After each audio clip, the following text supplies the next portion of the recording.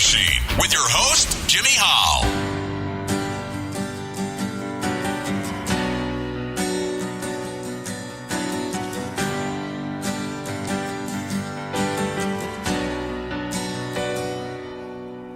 Saw you, it was yesterday, on a dark, dismal day. Your smile, well, it lit me up.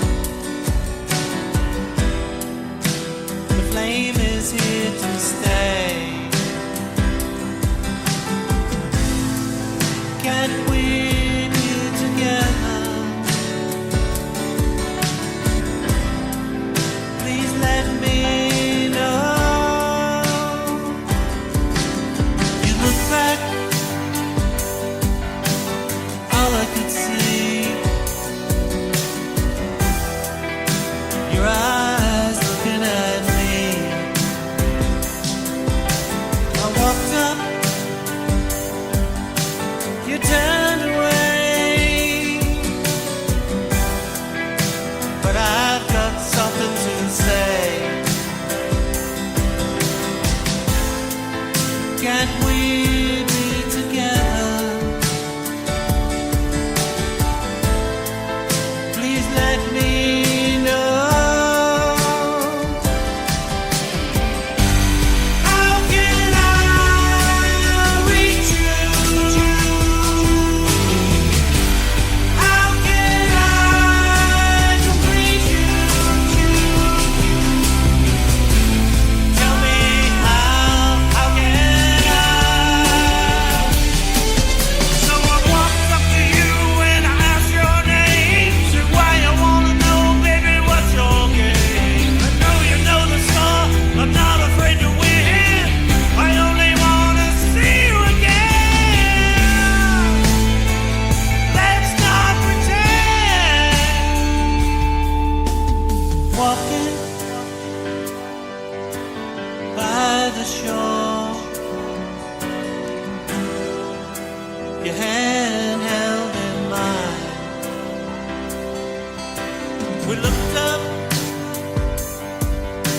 we both could feel our love is so real. Now we're together, I won't let go. Now that I've reached you, now that I complete you, now that I've reached you, now that I complete you, now that I. We are back for part 2 of this interview. Let's pick the conversation up right where we left off. This podcast is going to feature 2 of your tracks, Hope being one of them and Reach You is the other one. What's the story behind those songs? No, thank you for selecting those. I didn't know which ones you were going to play. That's great. Reach You was a story about a guy meeting a girl. And some of it, it's funny, when you write a story in a song to a melody, words come out. And, so, my first phrase, I won't do it all, but like, I saw you, it was yesterday on a dark, dismal day. It's about a guy running and seeing a woman for the first time and immediately falling in love. Mm-hmm. So I kind of went with that philosophy, and it's about a guy that's trying to say to this woman, like, besides talking to you, how can I reach you?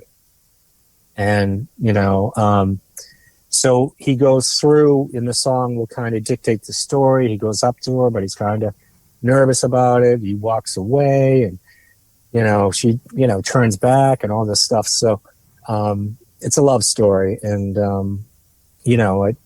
a lot of it comes from personal experiences. You think you're writing it about somebody else, but a lot of it will come back to you and say, I wrote this because of, this relationship or that relationship in the past, Mm-hmm. So it's really cool. So the way it comes back to you and you listen to it a few times and say, oh, I wrote this because of that, Right. But to somebody else, that line might mean something that means something to them, Mm-hmm. or somebody else they know.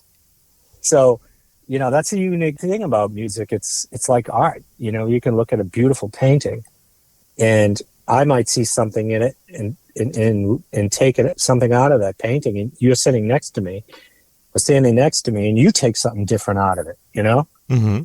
So that's all like magic to me.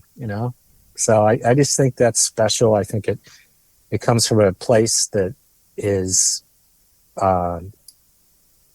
beyond a subconscious. It's, a magical place where melodies come from and musicians pick up or what have you. And just the thought that I could write a melody that no other human being's ever heard before is just, I'm humbled by it, Mm-hmm. But so that was the Reach You track. Hope was written all about the pandemic, Mm-hmm. what we're all going through. Also, it was what was going on with the election, Mm-hmm. that madness. So it was all within that time of what was happening around, and not only just the election in the United States, but it was also a lot of things going on with police. There was a lot of things going on with hate. Mm-hmm. And I saw it happening in Europe. We saw all this stuff going all around globally with the pandemic. So I was just blown away by it. And when I wrote Hope, parts of the song I felt really good, like spiritually when I was writing it. And then other parts of the song I felt sad. And so like throughout the song, you're going to hear different things. You're going to hear inspiration, and then you're going to hear some pain, some sadness. And that's what I felt at the time when I wrote it and it came out. So the Hope track, I was very pleased with it. There's verses within it that have triple meanings. And you said, triple meanings, what do you mean? Well, when I wrote it, you write lyrics several times and you knock things out. You say, I'll change that line, I'll change that bit, what have you. And then you can kind of get cute with the words, without affecting the song. Like one of my lines is, we feel black and blue sometimes. And, I'll just touch one line because I don't want to ruin it for anybody listening. But black and blue can mean beat up, like I feel beat up because of COVID. Black can be Black Lives Matter. Mm-hmm. Black can be English police with all the rioting that was going on over there. Mm-hmm. So in blue can be, bruised. Blue can be democratic. So it's like these words that were coming to me initially, and then when I really thought about them, they meant multiple things, So that's how they the genesis of the whole thing came up. Very cool. Now let's go back to the song Reach You. There's a video out with Kimberly Dom is in that video playing bass. She's the bass player for Boston, classic rock band. What was that experience like working with her? It was, when I found out that she'd be interested in doing shooting the video on the rooftop, and we were in Back Bay, Boston, on a rooftop scene, and I won't go into it, but we weren't supposed to be on that roof. Wow. So it was really like rock and roll. Like, we weren't supposed to be on that roof, and we should have, I don't know, have a permit. I won't give the address to protect where we were. Mm-hmm. But so we kind of went through an attic and snuck all the instruments up there, and on the roof. But I didn't meet Kim until that morning. Okay. And we met at breakfast, and Rick, one of the guys that put us together, was there. And here I am sitting with, Kimberly Dunn with Supergroup Boston, bass player who's toured all around the world for 14 years. Wow. It's like rock and roll royalty there. And I'm playing it cool in the sense that I didn't want to like, oh my God, you're awesome. So I just kind of wanted to talk about what I was doing. She was very positive, optimistic. She liked the song. And so, we schedule it all out. We, later in the day, that afternoon, when the sun shifts a certain way, you can see it in the video. It's not as intrusive. So we went up to the roof, and then, we shot the music video. So, and then we were playing along, with the main track so we could keep time with the video. So we're actually playing the song on the roof. Wow.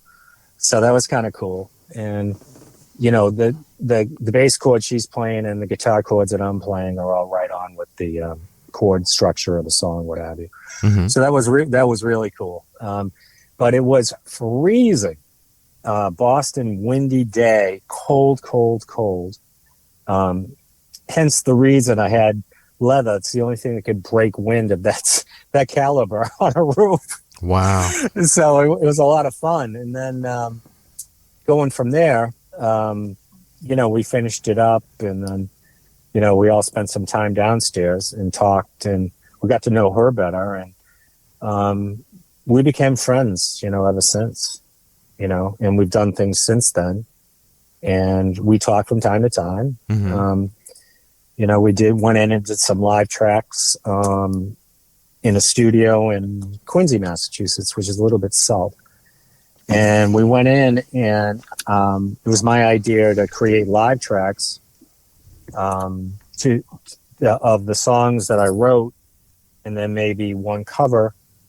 And Kim flew up from Nashville and went in with me, and she was, gracious enough to support me. Mm-hmm. She did a duet with me on She Has a Lot to Say. So that was really cool. So we posted that on YouTube. And it's good because we went into the studio, Jimmy, and I said, look, I don't want any studio manipulation. And she's like, oh, well, yeah. She goes, I'm not down with that either. And I'm like, yeah, because, at the time, and even now, I'm not knocking it.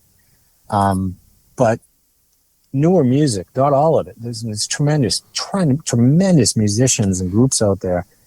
But it seems like it'd be a trend where you go in, you write one verse and one chorus and a really good, funky drum beat. Mm-hmm. And you hear auto-tune on their vocals throughout the whole song. Right. And if anybody listening doesn't know what auto-tune is, it basically just makes your voice sound awesome. Yeah. with digital manipulation. Mm-hmm. So I said, I didn't want to do that because I wanted to get better as a vocalist. And how could I be better as a vocalist if I relied on the studio like a crutch, Right. So I said, and plus, if I do tour, like people say, hey, well, what do you sound like live? I do have live clips too that I pulled a lot out of, that I played out and things like that, and people can pick that up too. But I really wanted something to say, hey, this is what I really sound like, Makes sense. Yeah. So that's why we did it. She agreed, and, we did it. And we didn't have any two takes of anything. That was all one take all the way through. That's cool. Yeah. So that never happened. So maybe it was, luck plus, a little bit of, synergy between the two of us. So would you say meeting her and working with her created a lot of opportunities? Oh, totally, Jimmy. It just I would ask her questions about how her music's evolved and what have you, and her experiences before and during Boston's run, and what she's doing now in Nashville. She's still singing. She's a songwriter. She's great. And it really put me to another level at the time of what's it like to be a professional? What do I need to do? What do I, how do you prepare yourself? All that. So it's cool. I mean, we're a long ways away and we don't talk a lot because she's very busy. She tours a lot. But if I call her up, it's like talking to her like we talked yesterday. It's nice. Very cool. What are you currently working on? Any projects you want to talk about? Yeah, I'm actually working with the song Hope. Right now, I'll be working on a project for Hope for Ukraine. Hope, with the letter 4 for Ukraine. And we're actually going to be collecting, if not all, most of any contributions will be going to feed people of Ukraine. Wow, nice. So I'm going to give back to a horrible situation that really disturbs me. I know you feel the same way, Jimmy, that people are being genocide and just knocked out of their homeland for no reason. And, Poland's gracious enough to take as many people as they can, but it's just awful, So I said, what can I do to, contribute to that, then I connected with the song Hope, because it covers that, it covers what, the people feel going through. And right. Lyrically, it still matches another crisis. So I'm working on that now. Working with a person in LA on that. And also Steve Carter in London on that. And we're going to do our best to get that up and running. And then I'll continue to finish polishing off the song, a next track that I'll release. And then obviously, in the meantime, I'll hope, no pun intended, gets shows for TV and film. And then I'm getting some airplay. And Joe V, I'd like to thank for that. He's, he did the initial introduction to you and me, and then you and I talked and followed up with each other. And so that's what I'm working on. But I'm really excited about the Hope for Ukraine thing. I think it's a great idea, and it's going to help people out. And I'll make sure it goes to the right areas. When you give money, you don't know where it's going. Right. I'll make sure my corporate training does the research to make sure that 90 something. If I can make it 100%, goes to the people. But if I can get in the high 90s of where the money goes and it actually goes and distributed to the people, that's what I'm going to do. That's awesome. Will there be a full-length CD at some point? Yeah, actually, that's the one thing that I left off. I'm glad you reminded me. So I'm actually the 6 songs that I have. I was figuring that. I was thinking initially to do a mini CD, but then Hope came along, and then another song I'm writing now is really nice. So I actually will release. Steve Carter's really pushing for that. He can distribute it globally, so which is good. And it's interesting. I have a lot of European fans, a lot of European listeners that like my style of music, and I think that's because they're going back to the way song structure was written, that they're used to listening to, like a verse, a chorus, a bridge, that structure, beginning and an end. So they're used to listening to that style of music, and writing that style of music that I write is like actually a classic style of writing a song. And then if you have good melodies with it, it's writing timeless music. Because I could put Hope on in 10 years from now and I'd still be pleased with what I wrote. And so if I write a song, I wanted it not just to be a fad or, a trend. I wanted it to be something I can hear down the road, either for myself or anybody else. And I'd be like, yeah, I'm proud that I wrote that, and I can listen to it down the road as well. So yeah, I think I am going to release an album. I will distribute an album. When that happens, I'll be looking at a tour. Steve's talking about me going to England. Oh, that would be cool. Starting there. So at that point, I don't know if I'm going to be, if I can grab some players here from the United States to go with me, fine. If I have to, organically, it'd be difficult with the time frame and everything to get it up to speed. I did try a couple of different things organically, but I felt that people had, a lot of different interests, and they weren't focused like I wanted to achieve. If that doesn't work out, then I can always hire professionals over there. Working with pros, it's easy. You give them a song list, they listen to it once, right, and they come on stage with you, and they don't make a mistake. So if I have to do that, I'll do that. But I think I will. I think if I had the opportunity to do England, I'd love to do that. I mean, that would be great. And then go there and get a feel for what I'm doing live and what I'm not doing right, and then make adjustments, and then come back to the States and hit the States. That's awesome. What do you enjoy most about being a musician? Most, I'd say, writing.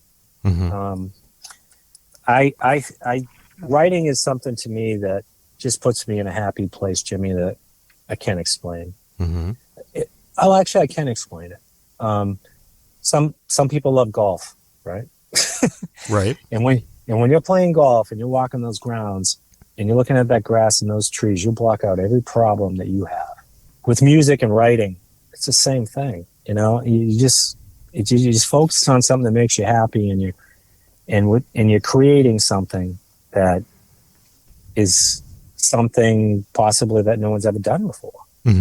With all the centuries of music that we hear, and so to me, it's so unique, and if I can do it and please other people, it's like a gift. I was given a gift, and I want to be better with the gift that I was given, and I want to make other people appreciate it, and that I can either make them happy, or if they're feeling sad, maybe they can connect to a sad part of my song, and so that to me is just amazing. I mean, playing live, I love that too. I love crowds. I like interacting. That's wonderful. And seeing people enjoying my music, I love that as well. But I really wanted to get the songwriting part down first, Jimmy. And then I know I can play, and I feel that I have good stage presence. And I can work on that, believe me, but improve in every area. But I really want to get the songwriting down first. And the way my tracks are progressing, I feel that I'm going in the right direction, and I'm getting a little bit better every time. So I'm going to try to, continue that and move forward with that. So that's a favorite part of being a musician. Is there anything you dislike about being a musician? Yes. Unfortunately, when you're in the arts, whether it's painting or whether it's pottery, whatever. I mean, there's a million categories in artwork, and there's a million categories in music. Sometimes, not a lot, but I find that you dealing with eccentric people, and not all of them, but a lot of them, and their view of how they want things done is totally different view than me. And then, like, if I want to work through something, they're like, well, just want to do this today, or, or whatever. I just find that it's different from the business world. Right. So in the business world, I had to be on time. If you weren't early, you were late. Exactly. If you have a project, you do it, and I just find there's a lot of reluctancy to do that in the market. So it's difficult to find someone that is like, yeah, let's go, and they're going to show up, and it's going to be on time, and, driven. That's a word that I have trouble finding that here. I'm not saying it doesn't exist everywhere else. Of course it does, because look at the groups or the writers out there right now that are just phenomenal, that do it every day. But yeah, sometimes I think that frustrates me. That's the only part, Okay. But all the rest of it, I love. I love writing a song. I like going in the studio. I like changing things around in the studio and then see what the outcome is, and that part of it I love as well. Nice. Do you have a website you'd like to promote? Sure. It's Chuck Furtado, Furtado so it's chuckfurtado.com. No ad. And everything's up there, right? Yep, everything's there. My bio, my story, my tracks, my video on the rooftop that I talked about, and what inspired me, what have you. So it's an updated website, and as I move forward, I'll keep adding things that I'm up to, like we discussed. Awesome. Is there anything you'd like to mention that we didn't talk about today? No, I think I pretty much hit every category. It's just been actually great to talk to you about it, because I carry all these thoughts in my head, and then an interview with your talents can pull it right out of me. So and even the parts that I left in my head, you took out. So I appreciate that. I really appreciate your work and your talents and having me. Thank you. I appreciate you coming on the show and talking to me. I really enjoyed it, and I really enjoy your music, and I'm looking forward to seeing that full-length CD when it comes out. You'll be the first to know. Yeah, man, let's stay in touch. I mean, you got my number, save it. Got my number? I got your numbers, and I'm a big fan of your show. I've listened fully to the last two artists, because we were just basically introduced, I think, in the last 2 weeks? Yeah, something like that. So I went back and started listening to the show. I'm like, I like this guy, he's got different genres and different styles of music. I'm like, I like this, it's different. That's awesome. Yeah, thank you. I really appreciate you listening, man. I think it's great, Yeah, I'll tell everybody I know, All right. Well, like I said, I want to thank you again for coming on the show, and I look forward to hearing that album when it comes out, and let's stay in touch. And, anytime you want to come back on the show, let me know, all right? You got it. And thank you again, Jimmy. All right. You have a good night, all right? You too as well. All right. Bye-bye.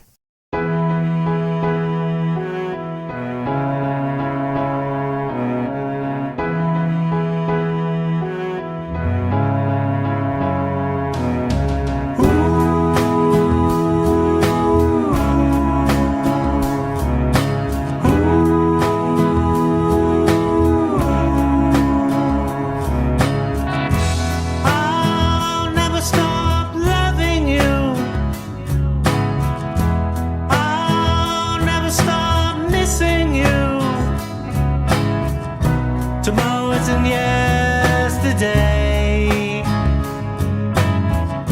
Tomorrow isn't yesterday. Our past will make you cry. Dreams will disappear. Tomorrow isn't yesterday. Tomorrow isn't yesterday. You know the past is gone. It's time to carry on. You know our love is here. I really wanna know. I really wanna go. A brighter sunny day.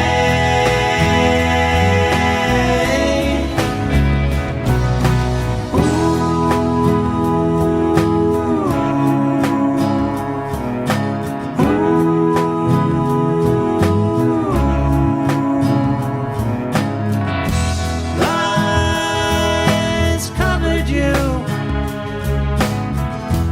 Love broke into. Tomorrow isn't yesterday. Tomorrow